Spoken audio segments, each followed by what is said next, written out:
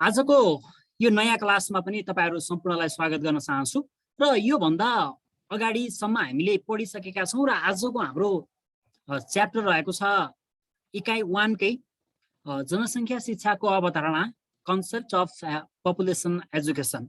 हामी जनसंख्या शिक्षा भित्र हाम्रो सानो बुझाइ के छ भने जनसंख्या शिक्षा भित्र जनसंख्याको बारेमा मात्रै हामी पढ्छौं अथवा जन भनेको मानिसहरु हो, संख्या भनेको नम्बर हो, यही भित्र मात्रै हामी यसको शिक्षा लिन्छौं भन्ने हाम्रो बुझाइ कतिपयको हुन सक्छ। यद्यपि जनसंख्या शिक्षा एकदमै फराकिलो छ, व्यापक छ। यसलाई यहाँ यो चार्टमा हेर्नुस् तपाईले जनसंख्या शिक्षा भनेको परिवार पारिवारिक जीवन शिक्षा पनि हो। जनसंख्या शिक्षाले पारिवारिक जीवन शिक्षा पनि दिन्छ। एउटा परिवारको आकार कस्तो बनाउने, कति सन्तान जन्माउने, आफूले जन्माएका सन्तानहरुलाई कस्तो शिक्षा दिने अथवा आफ्नो परिवारमा कस्तो खालको शिक्षा दियो भने आफ्नो परिवार बेस्ट हुन्छ, सफल हुन्छ।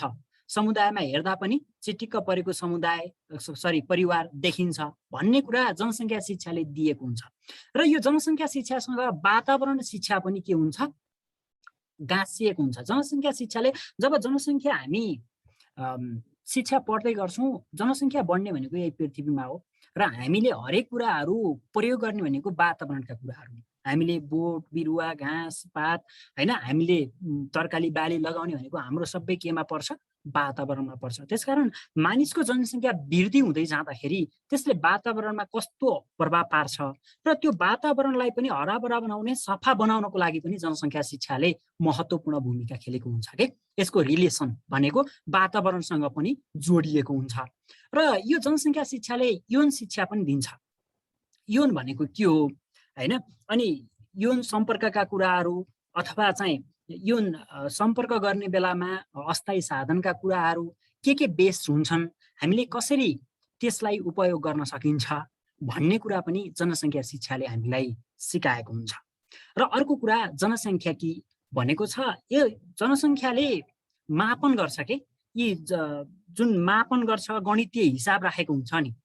जस्तै नेपालको कुल जनसंख्या यति छ, यसमा पनि यो जात जातिका यति प्रतिशत छन् अथवा यति छ, अथवा यो भाषा मान्ने जनसंख्या यति छ, यी सबै विवरण डाटाहरु तयार पारेको हुन्छ र त्यसको बारेमा नि शिक्षा दिएको हुन्छ।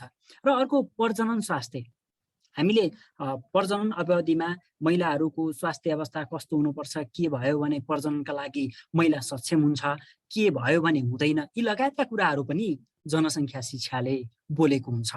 र परिवार नियोजन अथवा परिवार योजना शिक्षा, परिवारको योजना, एउटा कुनै दम्पति विवाह गरिसके पछाडि एउटा योजना बनाउनु पर्छ। जस्तो हामीले विवाह गरिसके पछाडि कति वर्षमा पहिलो सन्तान जन्माउने, पहिलो सन्तान जन्माइसके पछाडि त्यसको जन्मान्तर कति राख्ने, अथवा पहिलो सन्तान विद्यालय उमेरको भयो अथवा विद्यालय जान सुरु गर्यो भने मात्रै दोस्रो सन्तानको लागि तयारी गर्ने, यी यावत कुराहरु परिवार नियोजन अथवा परिवार योजना शिक्षा भित्र परेको हुन्छ। त्यसकारण यो जनसंख्या शिक्षाले यी यावत कुराहरुलाई समेटेको हुन्छ र बोलेको हुन्छ। यिनै कुराहरुको जनसंख्या शिक्षाले बोलेको हुन्छ भन्ने कुरा चाहिँ यो चार्टबाट बुझौं। यसपछि जनसंख्या शिक्षालाई विभिन्न प्रकारले परिभाषित गरेको पाइन्छ। मैले अस्तिको क्लाससम्म भनेको थिएँ जनसंख्या शिक्षा भनेको के हो र यसलाई विभिन्न संघ संस्थाहरूले आफ्नै हिसाबले के गरेका छन्, परिभाषित गरेका छन्। ती कुराहरु हामी अर्को क्लासमा हेरौँला भनेको थिएँ, मैले आज भन्दैछु। सन् 1970 मा युनेस्को भन्ने संस्था हो है। यो युनेस्को भनेको के हो भन्दा एउटा संस्था हो जसले यस्तै विभिन्न क्षेत्रमा, जनसंख्या सम्बन्धी विभिन्न क्षेत्रमा अनि शिक्षा सम्बन्धी विभिन्न क्षेत्रमा यसले हात हाल्दै आएको छ र काम गर्दै आएको छ। हामी शिक्षा नेपालमा धेरै जसो एजुकेसन फर अल भन्छ, सबैका लागि शिक्षा भन्ने जुन अहिले कार्यक्रम चलिरहेको छ, त्यो कार्यक्रम अन्तर्गत पनि युनेस्कोले विशेष सहयोग गरेको छ नेपालको लागि। यसले धेरै देशहरुमा सहयोग गर्छ। यो एउटा संस्था हो। सन् 1970 मा युनेस्कोको क्षेत्रीय कार्यालय बैंककमा भएको जनसंख्या र पारिवारिक जीवन शिक्षा सम्बन्धी पहिलो क्षेत्रीय कार्यशाला गोष्ठीले जनसंख्या शिक्षालाई यसरी परिभाषित गरेको छ भनेको छ। यसको स्थापना सन् 1990 मा भएको थियो र यसको कार्यालय चाहिँ बैंककमा छ है साथीहरु। यसको कार्यालय कहाँ छ, बैंककमा छ। र जनसंख्या शिक्षा भनेको के हो भनेर यसले कसरी परिभाषित गरेको छ भने यसरी परिभाषित गरेको छ हेर्नुहोस् है, जनसङ्ख्या शिक्षा भनेको जनसङ्ख्यासँग सम्बन्धित प्रजनन स्वास्थ्य, पारिवारिक जीवन शिक्षा, परिवार नियोजन अथवा योजना, मैले अघि नै भनेको थिएँ परिवार नियोजन भन्नु र योजना भन्नु एउटै हो, यौन शिक्षा, जनसाङ्ख्यिकी, वातावरण शिक्षा आदि विषयका बारेमा जानकारी दिने विषय हो। जनसङ्ख्या शिक्षाले के बारेमा जानकारी दिन्छ भन्दा प्रजनन स्वास्थ्यको बारेमा जानकारी दिन्छ, अर्को पारिवारिक जीवन शिक्षाको बारेमा जानकारी दिन्छ, अर्को परिवार नियोजन अथवा योजनाको बारेमा जानकारी दिन्छ, अनि यौन शिक्षाको बारेमा जानकारी दिन्छ, जनसाङ्ख्यिकी को बारेमा जानकारी दिन्छ हैन, मापन गर्छ के यो जनसाङ्ख्यिकी भनेको जनसङ्ख्याको मापन गर्ने अथवा हिसाब किताब गर्ने, जस्तै नेपालको जनसङ्ख्या कति छ अथवा पोहोरको तुलनामा नेपालको जनसङ्ख्या अहिले कति प्रतिशतले वृद्धि भयो, ती सबै मापन हिसाबहरू गरेको हुन्छ के। अनि वातावरण शिक्षाको बारेमा पनि यसले जानकारी दिन्छ र त्यसकारण यो भित्र यी विषयवस्तुहरू समेटिएका हुन्छन् भनेर हामी भन्न सक्छौँ। अनि विद्यार्थीहरूमा परिवारको आकारका बारेमा धारणा र ज्ञान दिनु जनसङ्ख्या शिक्षाको उद्देश्य हो। यो विशेष गरी हामीले यो सानो कक्षामा यो जनसङ्ख्या अथवा तपाईहरुलाई लाग्ला यौन शिक्षाको बारेमा, परिवार योजना अथवा नियोजनको बारेमा किन पढाउनु पर्यो होला भन्ने तपाईहरुलाई पनि लागेको होला। तपाईहरु भनेको के हो भने अबको भावी बाबुआमा हो कि तपाईहरु। बाबुआमा केही समय पछाडि अथवा केही वर्ष पछाडि तपाईहरु पनि बाबुआमा बन्नुहुन्छ र बाबुआमा बनिसके पछाडि पहिले तपाईलाई के थाहा छ भने मैले परिवारको आकार यतिकोसम्म बनाउनु पर्छ अथवा मैले जन्माएका सन्तानहरूलाई मैले यतिसम्मको उच्च शिक्षासम्मको शिक्षा दिन सक्ने हुनुपर्छ, मेरो आर्थिक अवस्था पनि त्यही अनुसारको हुनुपर्छ, अथवा मेरो आर्थिक अवस्था नै छैन जति भएका सन्तानको जन्म मैले दिनु हुँदैन हैन, अथवा यौन सम्पर्क पनि सुरक्षित तरिकाले राख्नुपर्छ, यौन सम्पर्क गर्दै गर्दाखेरि यौन रोगै लागेर आफू मर्न नपरोस् भन्ने हिसाबले यो जनसङ्ख्या शिक्षा पढाइन्छ र यसको उद्देश्य पनि त्यो हो के। त्यसकारण तपाईहरुले यसलाई बुझ्ने हो हैन, यो लागू गर्नुपर्ने ठाउँमा लागू गर्ने हो र बुझ्ने ठाउँमा बुझ्ने हो। अहिले तपाई बुझ्ने र पढ्ने अवस्थामा हुनुहुन्छ, त्यसकारण हामी यी कुराहरूको बारेमा पढ्छौं, बुझ्छौं, पछि भविष्यमा आफ्नो परिवारको आकार कत्रो बनाउने, आफ्नो परिवारलाई कस्तो शिक्षा दिने हैन, अनि आफ्नो परिवारमा सबै बाबु आमा छोरा छोरी सबैलाई राखेर कसरी सरसल्लाह गर्ने, निर्णय कसले लिने, कसको निर्णयलाई मान्ने हैन, यी कुराहरू पछाडिका कुरा हुन्। तपाई जब बाबु आमा बन्नुहुन्छ त्यस पछाडिका कुरा हुन्। देशमा सामाजिक परिवर्तनका लागि शिक्षाको भूमिका महत्त्वपूर्ण हुन्छ। हामी समाज परिवर्तनका कुरा गर्छौं, त्यसका लागि पहिला के चाहिन्छ? शिक्षा चाहिन्छ। शिक्षा बिना यो समाज परिवर्तन हुँदैन। हाम्रो समाज अझै पनि के छ? अन्धविश्वास छ। छोरै पाउनुपर्छ भन्ने चलन यो अन्धविश्वास हो के हैन। अनि त्यस पछाडि छोरीले क्रिया गर्नु हुँदैन भन्ने चलन, यो आफ्ना आफ्ना संस्कृति छन्, अन्धविश्वास छ, जुन अन्धविश्वासलाई हामीले शिक्षाको माध्यमबाट के गर्नुपर्छ? तोड्नुपर्छ। त्यसकारण समाज परिवर्तन गर्नको लागि के चाहिन्छ? शिक्षा चाहिन्छ। त्यसकारण यसको भूमिका पनि के हुन्छ? एकदमै महत्त्वपूर्ण हुन्छ। विद्यालय तहमा जनसङ्ख्या शिक्षा सम्बन्धी उपयुक्त जानकारी दिन सकेमा तीव्र जनसङ्ख्या वृद्धिको नियन्त्रणमा यसले सहयोग पुर्याउँछ। अब हामी यो विद्यालय तहमै तपाईहरु 9-10 मा पढ्दै गर्दाखेरि जनसङ्ख्या वृद्धि भनेको के हो, के कारणले जनसङ्ख्या वृद्धि हुन्छ भनेर सिकाउँदै गर्दाखेरि त्यो तीव्र जनसङ्ख्या वृद्धिलाई रोक्नको लागि तपाईहरुको पनि पछि गएर भूमिका हुन्छ के हैन। जुन जनसङ्ख्या वृद्धि दर एकदमै तीव्र बढिरहेको छ, जस्तै पहिला अझ बढी थियो, अहिले केही 1 सन्तान अथवा 2 सन्तान जन्माउने क्रम पनि जारी त छ, तर पनि छोरो पाउने आशले अझै पनि सन्तान उत्पादन बढी गर्ने हैन, जसले गर्दा तीव्र जनसङ्ख्या भइरहेको छ।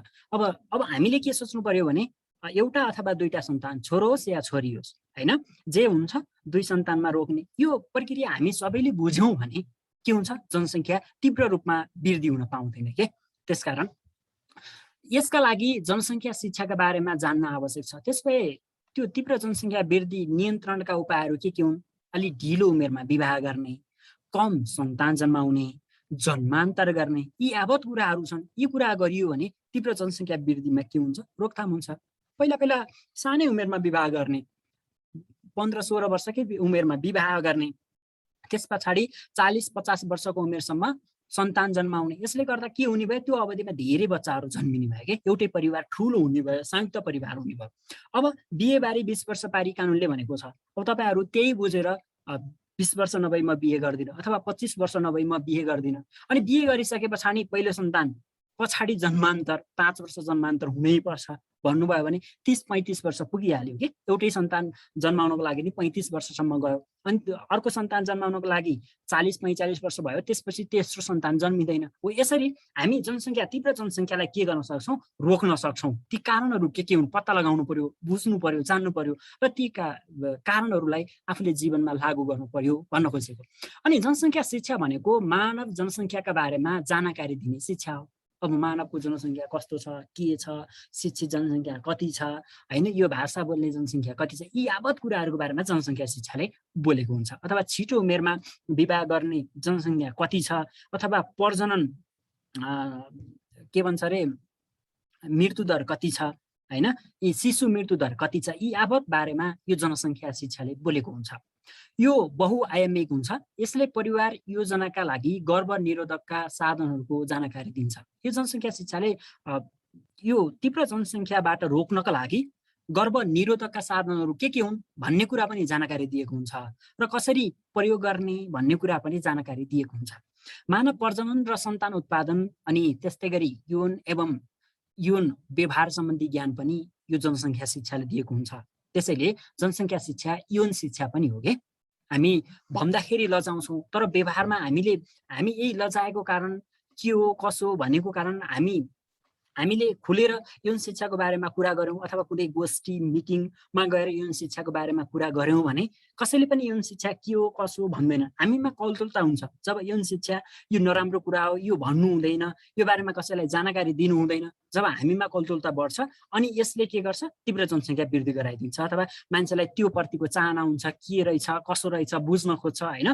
त्यो कारणले पनि हामी यी कुराहरूमा निर्धक्क भएर बोल्नुपर्छ, डराउनु हुँदैन। जब मान्छे डराउँछ नि, डराइसके पछाडि त्यसले अर्को विकृति ल्याउँछ। हामी यो यौन शिक्षाको बारेमा गोष्ठी गरौँ, समुदायमा भनौँ सबैलाई यौन शिक्षा भनेको यो हो है, यो बेलामा मात्रै यौन सम्पर्क गर्ने अथवा यो बेलामा नगर्ने यस्तो प्रक्रियाहरू अपनायो भने हामी यौन सम्पर्कबाट पनि सुरक्षित हुन सक्छौँ लगायतका कुराहरू गर्न सकियो भने यो तीव्र जनसङ्ख्या नियन्त्रण हुन्छ भन्न खोजेको छ।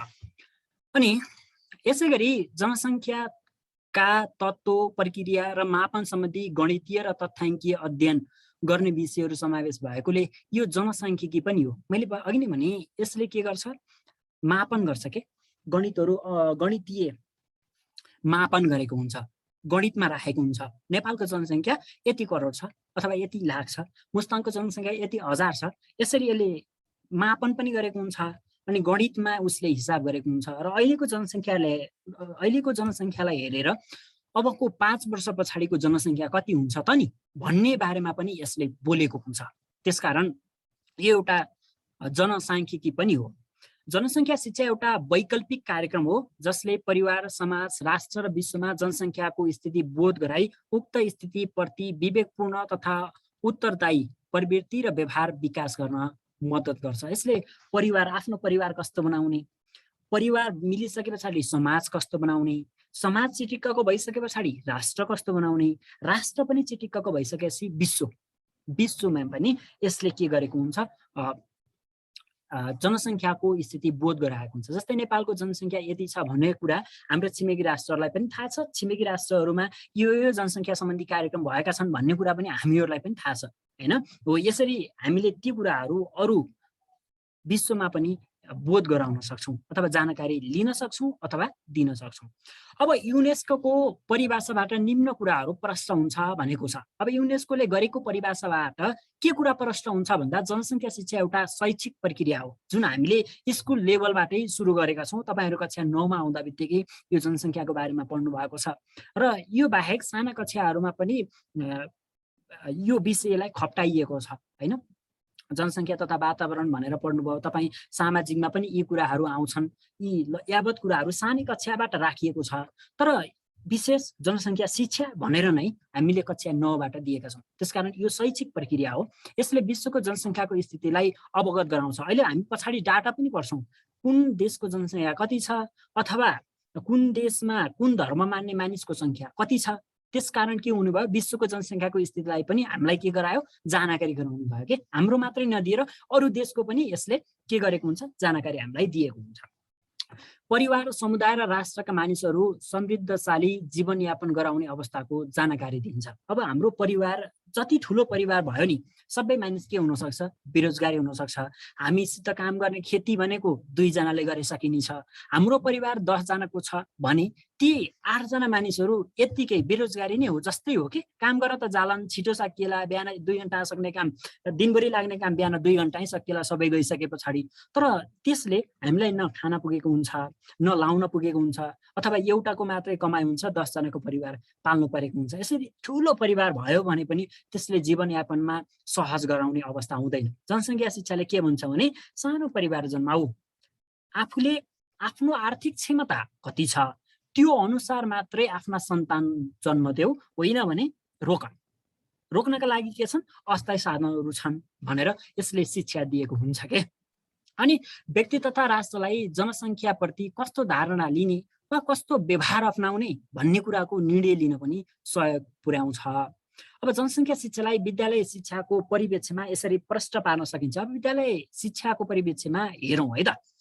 जनसङ्ख्या शिक्षाका शैक्षिक क्रियाकलापबाट विद्यार्थीहरूमा जनसङ्ख्या सम्बन्धी ज्ञान, सिप, साझेदारी तथा अभिवृद्धि विकास भई यसबाट उनीहरूका व्यवहारमा सकारात्मक परिवर्तन भई सुखी जीवनयापन गर्न मद्दत पुग्छ। यो हामीले स्कुलमा किन राखेका हौँ अथवा नेपाल सरकारले यो जनसङ्ख्या शिक्षा किन राखेका हौँ भन्ने कुरा मैले धेरै पटक पनि भनिसकेको छु। यहाँ पढिसकिसके पछाडि यहाँ पढेका कुराहरूलाई विद्यार्थीहरूले आफ्नो व्यवहारमा सकारात्मक तरिकाले परिवर्तन गर्नेछन्। अब यहाँ हामीले यौन सम्पर्क गर्दाखेरि सुरक्षाका साधनहरू अपनाउने भन्दै गर्दाखेरि यो दम्पतिका लागि भन्न खोजेको। अब विद्यार्थी भाइ बहिनीहरू यौन सम्पर्क गर्नुहुन्छ, हामी सुरक्षाका मापदण्ड अपनाए पछाडि यौन सम्पर्क जति बेला गरे पनि हुन्छ, जसले जसलाई भन्ने कुरातिर गयो भने त्यो नकारात्मक भयो, त्यसले नकारात्मक असर पर्छ। एउटा कुनै दम्पति भइसके पछाडि दम्पतिमा यौन सम्पर्क अनिवार्य छ। त्यसका लागि हामीले तीव्र जनसङ्ख्या वृद्धि हुन सक्छ, तर त्यो रोक्नको लागि हामीले के गर्नुपर्छ, अस्थायी साधनहरू अपनाउनु पर्छ। त्यसलाई सकारात्मक तरिकाले मात्रै परिवर्तन गरिदिनु होला भन्न खोजेको है। अब जनसङ्ख्या शिक्षा बहुपक्षीय शैक्षिक प्रक्रिया हो। यसले जनसङ्ख्याको परिवर्तनबाट व्यक्ति, समाज, परिवार वा देशमा पर्ने आर्थिक, सामाजिक तथा वातावरणीय समस्या र समाधानका उपायहरूका बारेमा जानकारी गराएको हुन्छ। अब यसले जनसङ्ख्या परिवर्तनबाट व्यक्तिमा कस्तो असर पर्छ, परिवारमा कस्तो असर पर्छ, समाज अथवा देशमा नै आर्थिक रूपले कस्तो असर पर्छ, सामाजिक रूपले कस्तो असर पर्छ र वातावरणीय समस्याहरू के हुन् र त्यसका समाधानका उपायहरू पनि के हुन् भन्ने बारेमा पनि यसले जानकारी गराएको हुन्छ। जनसङ्ख्या वृद्धिबाट परिवार तथा समाजले भोगिरहेका समस्याहरूबारे सिकाउँछ। हामीले के वृद्धि भए पछाडि एउटा परिवारले कस्ता समस्या भोग्यो, समाजले कस्ता समस्या भोगेको छ र अब यी समस्या समाधान गर्नका लागि उपायहरू के हुन् भन्ने कुरा पनि यसले सिकाएको हुन्छ। समाज र देशमा पर्ने प्रतिकूल असरहरूबारे अवगत गराउँछ। चेतना जागरण गर्न र समझदारीको वृद्धि गर्न पनि यसले सहयोग पुर्याएको हुन्छ। व्यक्तिमा आफ्नो जिम्मेवारी महसुस गराई सोच र व्यवहारमा परिवर्तन ल्याउँछ। जनसङ्ख्यासँग सम्बन्धित समस्याहरू पहिचान गर्न र समाधानका उपायहरू अपनाउन सक्ने बनाउँछ। अब हामीलाई जनसङ्ख्या परिवर्तन भयो भने हाम्रो सोच र व्यवहारमा पनि परिवर्तन हुन्छ हैन। जनसङ्ख्या आज घरमा 2 जना मानिस हुनु र एउटै घरमा 10 जना हुनुमा त्यसमा सोच फरक हुन्छ, व्यवहार फरक हुन्छ। अथवा चाहिँ दाइले बाबा मम्मीले तपाईहरुलाई कुनै काम गराउनु भयो अथवा बाख्रालाई लगेर त्यो पानी देल बाबु भन्दै गर्दाखेरि पनि दाइ छ नि, दाइले दिइहाल्छ नि, यो व्यवहार परिवर्तन भयो कि। एक्लै ऊ मात्रै हुन्थ्यो भने बाबुले भनेपछि अथवा आमाले भनिसके पछाडि उसले थुपुक्क लगेर बाख्रालाई पानी दिन्थ्यो। तर त्यो परिवारमा अरू 4-5 जना सदस्य पनि छन्, एक्स्ट्रा छन् भने त्यसले गरे पनि हुन्छ नि, मैले किन गर्नु पर्यो। यो व्यवहार यस्तो खालको सोच आउँछ के। त्यसले गर्दा यो जनसङ्ख्या वृद्धि भयो भने सोच र व्यवहारमा पनि परिवर्तन हुन्छ, नकारात्मकतिर जान्छ।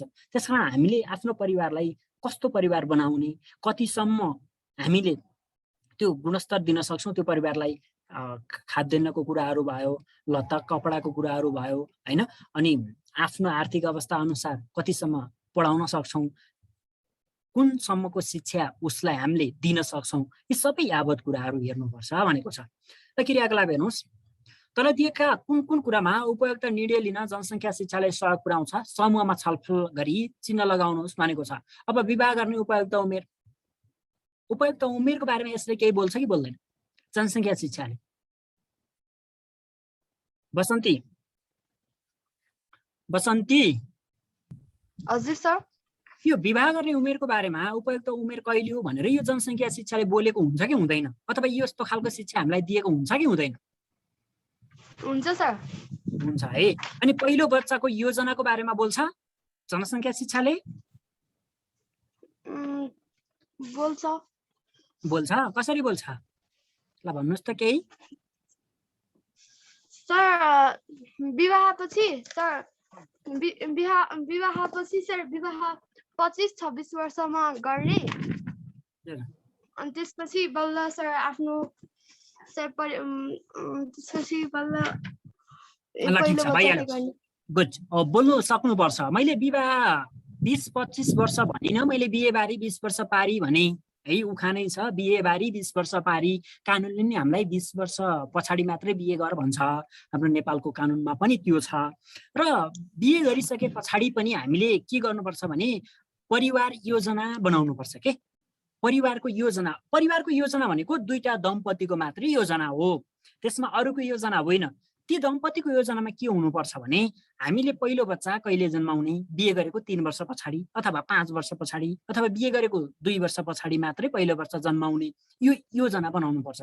पहिलो बच्चा जन्माइसके पछाडि त्यसलाई जन्मान्तर कति राख्ने, पहिलो बच्चा र दोस्रो बच्चा बीचमा ग्याप कति राख्ने भन्न खोजेको। जन्मान्तर कति राख्ने, 5 वर्ष राख्ने अथवा 10 वर्ष राख्ने, अथवा पहिलो बच्चा 1 वर्षको भयो भने अर्को बच्चा सुरु गरिहाल्ने हो। यी योजनाहरू आफूलाई के गर्दा सहज हुन्छ? हामीले जन्मान्तर त कम्तीमा 5 वर्ष भनेर सिकाउँछौँ। तपाईहरुले फेरि वर्षै पछि हाम्रो समाजमा के छ भने वर्षै पछि बच्चा जन्माउने त्यस्तो पनि देखिएको छ नि त हैन। एउटा बच्चाको आँखमा छ, अर्को बच्चा पनि फेरि आफू जन्माउन योजनामा परिसकेको हुने हो। यस्तो खालको नहोस्, जन्मान्तर पनि होस्। आफूले जन्माउने बच्चाको संख्या निर्धारण गर्ने पहिला हामीले कतिसम्म बच्चा जन्माइयो भने हाम्रो परिवार सुखी परिवार हुन्छ, राम्रो परिवार हुन्छ, अथवा हामीले जन्माएका कतिवटा सन्तानलाई हामीले गुणस्तरीय शिक्षा दिन सक्छौँ। पछाडि छोराले साइन्स पढ्छु भन्ला अथवा छोरीले साइन्स पढ्छु भन्ने, एउटैलाई पढाउँदा मात्रै पैसा सबै सकिने अवस्था नआओस् क्या। आफूले कति पहिले निर्धारण गर्ने, हामी यतिवटा सन्तानलाई हामीले गुणस्तरीय शिक्षा दिन सक्छौँ है भन्ने हिसाबले के गर्नु पर्यो, त्यो योजनाहरू बनाउनु पर्यो। अनि परिवारको उचित पालन पोषण, अब बच्चा जन्माएर मात्रै भएन, उसलाई हुर्काउन पर्यो। हुर्काउनका लागि सबै कुराहरू सेयर गर्नेदेखि लिएर सबै कुरा, सुरक्षाका कुराहरू हैन। अनि महिलाले वर्षैपछि बच्चा जन्माइरहँदाखेरि प्रजनन समस्याका कुराहरू, यी सबै यावत कुराहरूलाई मध्यनजर गरेर योजना बनाएर हामी अगाडि बढ्नुपर्छ भन्ने कुरा हो। यो कुरा तपाईहरु आफैले पनि सरसर्ती हेर्नुस् र यति सही हो यो गलत हो भनेर अब छुट्याउने तपाईहरु हुनुपर्छ है। अब जनसङ्ख्या शिक्षाको आवश्यकता र महत्त्व किन छ भन्ने कुरा चाहिँ हामीले अर्को क्लासमा पढ्छौँ, हुन्छ।